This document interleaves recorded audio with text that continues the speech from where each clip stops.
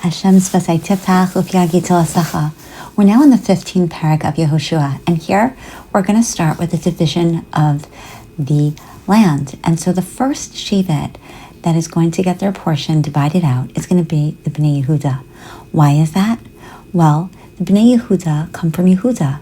Yehuda had a sincere apology. He did a complete tshuva when he had that issue with Tamar, and he did it, and he also took ownership of his part and felt really badly and did tshuva when it came to what he did with Yosef. And so we give Yehuda deference because he knows how to apologize. We also know that we're called Yehudim because Hapam Odes Hashem. Through Yehuda's birth, Leah was able to give true thanks to Hashem, not because she felt that she deserved to have more children, more of the Shiftei Ka than her sisters, but when she did the calculation, she realized and was totally give thanks to Hashem. And so we have the element of thanks and we have the element of tshuva. And so Yehuda, the majestic royal Shevet, he is going to get all of his portion is going to be divvied out. And he gets a lot of the south from left to right, really from one boundary to the next, from the Dead Sea, all from Yam HaMelech, all the way to projecting southward. And it is amazing that he gets this amazing area. Now we know that from after Yehuda, the first Shevet on the other side is going to be Reuven. He too did a complete tshuva, and so we give deference to him as well. Now, it's not easy because all of these, this is a very long perek, and there's a lot of just boundaries. And so, in fact, there are 38 cities, but there are really only 29. So what is it that's going on here? So the Mefarshim talk about that many of these cities are not real cities. They are mashalim for different ideas that we have to really understand. So when we're understanding the essence of some of these places, like for example, there are a lot of Beit Shemeshes. Why is that? Ein Shemesh, because in that time, a lot of the people worship the sun. We have the idea of we're going to talk about, it's mentioned about the Gei Hinnom, and we know that was a terrible valley where a lot of Gehinnom actually transpired. They did a lot of molech. Remember, they sacrificed children, and there was a lot of avodah zarah that went on there. And so, again, was it a real place? Not so sure. There is a mention of places that we talk about, and just that are around now in Israel. And so it's interesting that, for example, there is Maleh Adumim, right? And so what happened? Kalev, he's able to conquer the area of Shishai, Achiman, and Talmai, which were Anakim. They were giants. And what's interesting is that he comes from the Ya'al Misham El Yishvei Devir, and from there he marched against the people of Devir. The Shem Devir Lifnim Kiryas Sefer, and the name of Devir was formerly Kiryas Sefer. So Kiryas Sefer is giving a hint to what is ultimately going to transpire with Kalev. So when Kalev takes over Kiryas Sefer, he realizes that that there's going to be, in order to take over Kiryas Sefer, which is a very tough fortified city. So he says that he's going to give Achsa, his daughter, to the person who's able to do that. Now, it's interesting, Kiryas Sefer, where is that coming from? So, in fact, what happens, Othniel ben Kenaz, who is this half-brother of Kalev, he is able to help fortify the city of Kiryas Sefer, and he gives Achsa to him as a wife. So what is going on here? What kind of story is this? And the story even gets more confusing because Achsa comes and says to her father, and what kind of name is Achsa? and it doesn't exactly roll off the tongue well. And she says to her father, please, she gets off her donkey and he says, "What's the matter?" And she says, "Tnali bracha, give me a bracha, ki eretz hanegev nasati, because you gave me the Negev," and we know Negev is from the word Negev, which is like it's dried, it doesn't have any water, it's not going to be giving you anything. So give me nasati li gulos mayim, vayiten las gulos alios ves gulos tachtios. And so she said, "Please give me springs of water." So he gives her upper springs and lower springs. What in the world is going on? So let's go back and highlight some of the key points. So if we know, Moshe Rabbeinu had a discussion with Yehoshua before he died, and he said to him, "Is there anything that I can do for you? I'm on my way out, and is there anything that you need me to clarify?" And Yehoshua says, "I've been with you every step of the way. I literally have not left your side, except when you went up to Har Sinai. That's when I waited at the bottom for you, but literally you gave me everything." Now, from that point, that was actually a chisaron, something negative that Yehoshua had done. He didn't recognize, according to Rav Kamenetsky, he didn't recognize that there was a Yeridas Hadoros, that generation to generation, we're going down in generations, which is the understanding why, for example, we don't have Tanaim arguing, and Moraim arguing with Tanaim. We don't have prior generations arguing with a psak or a halacha or a machshava of another generation.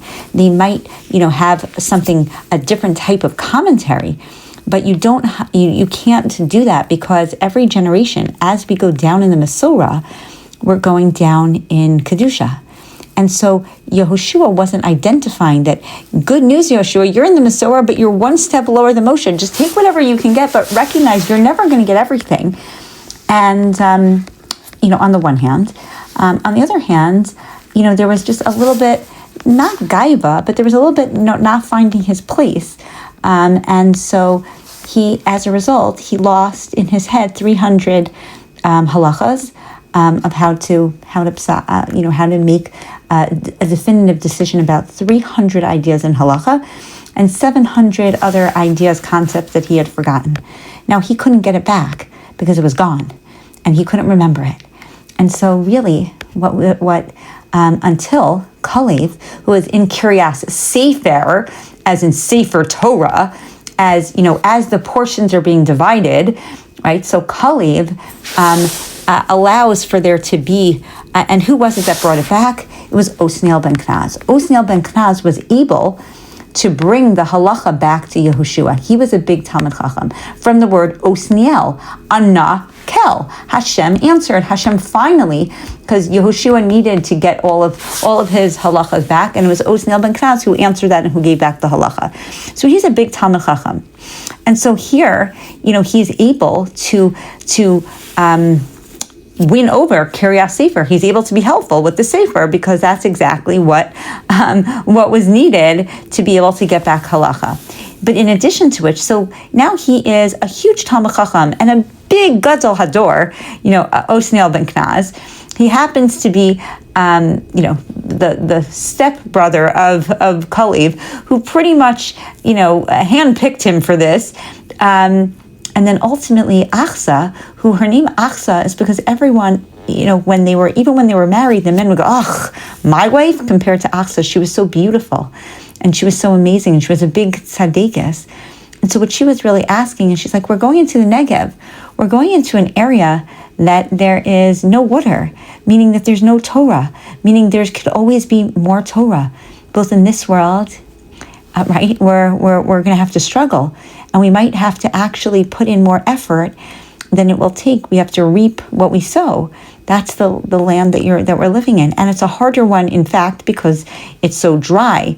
So please make it easy so that my husband can learn. Make it easy so that he can grow in his Torah. And she, that's what she was asking, because Kalev was a big tzaddik. And so she believed in the power of his tzidkus. And that he also had suffered, perhaps, from those naysayers who perhaps didn't think that an 85-year-old man could really be able to do it. And when he's asking for help, what he was doing was some level of public announcement that I'm not so strong. What do we know of someone who is publicly made to feel less than?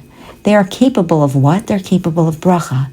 And that's what we say. We say that if, God forbid, somebody is publicly shamed, they have the power in that moment, and they don't answer back, and they do things l'shem shamayim, then they have the opportunity in that moment for bracha. He was a tzaddik, and now he has an opportunity to give bracha. And he's giving bracha aliyos and brachas tachtios. In this world, in the gashmias, and in this world, in your ruchnias. He's saying, Osniel ben Knaz, you should be the biggest Talmid Chacham. And you should be able to study and learn Torah. And you should have everything that you need to be able to really impact on the change of the people around you. And she was asking for him to have the success in his learning. And so for that reason, it is very special that this story actually takes place to highlight these are the people.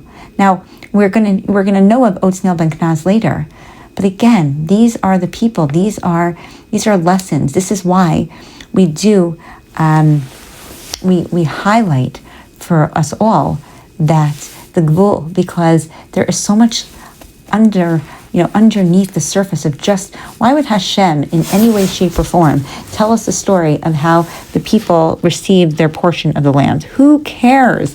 This is a geographic lesson. So first of all, it isn't, because these lands are not even in existence. These perhaps were mashalim. They were just fables to teach us something. And then to go deeper is the people who are doing it. They're walking role models for all of what it really takes when you're presented with a present, when you're given the opportunity. Great news, you're going to have all this land. Look what they're thinking about. Look what their being is highlighting. I just got my portion of land. Just make sure that I'm still a good person after I get bracha. And make sure that I still want the brachas that I wanted before. That money doesn't corrupt or doesn't change them up or doesn't do anything different.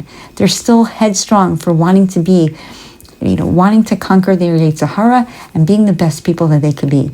In addition to which, just for an example, there's in Pasuk 22, we know that there was Kina, Dimona, and Idada. And those places perhaps were not real, because really they highlight that Kina, that if you don't if you harbor, jealousy, but you keep it dumb, you keep it hidden, right? You keep it just within yourself and you don't express it, then then Hashem will be on your side. These are just the kind of things, an example of things that you can really get from these places.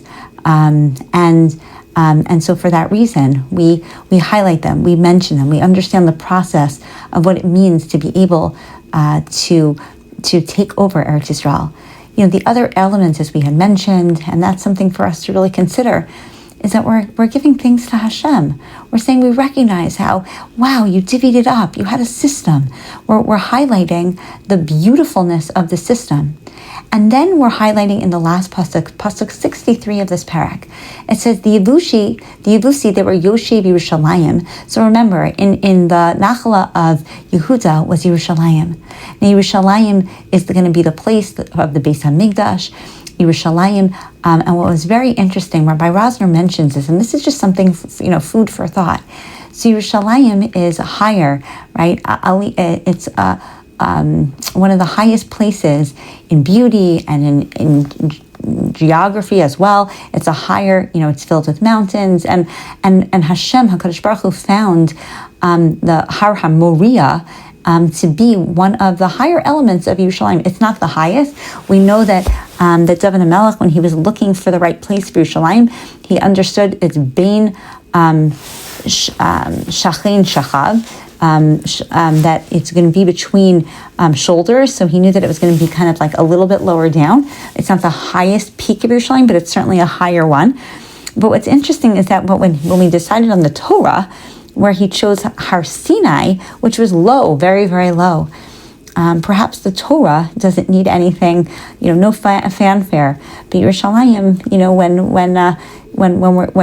when you're choosing the right geographic location, real estate, when you're doing things that are going to be for really only the Olam Hazeh purposes, you have to kind of build it up a little bit, or speak to the language that other people speak, which is, real estate, it does matter. It's all about location. In any event, right at the end of the Perek, it talks about the Yevusi, that the Bnei Yehuda, they weren't able to conquer them, and they allowed them not to be conquered until later on, much later, when because Abraham made a pact with Avimelech, and we kept it for many years, until the Yevusi went against the pact. And so what we see here is a word is important, that even when things are going well and they're conquering, they're best for mention. They don't just conquer, they don't just take away, they're doing everything kadas v'kedin. Yerushalayim is divided, the Eretz Yisrael is divided up kadas v'kedin, according to the letter and the spirit of the law. And that is very important. We do everything by the book. We're doing everything right. We're holding on to every treaty until the other nations break the treaty. And we have to highlight that, because of all the naysayers and things that continue to haunt us until this day. That from the beginning, from the onset of how Eretz Yisrael was divided, we did everything completely erlach. And for that, we feel the kedusha of the land. We feel the kedusha of the people. And in this parak, we're highlighting the kedusha of the Masorah that we have.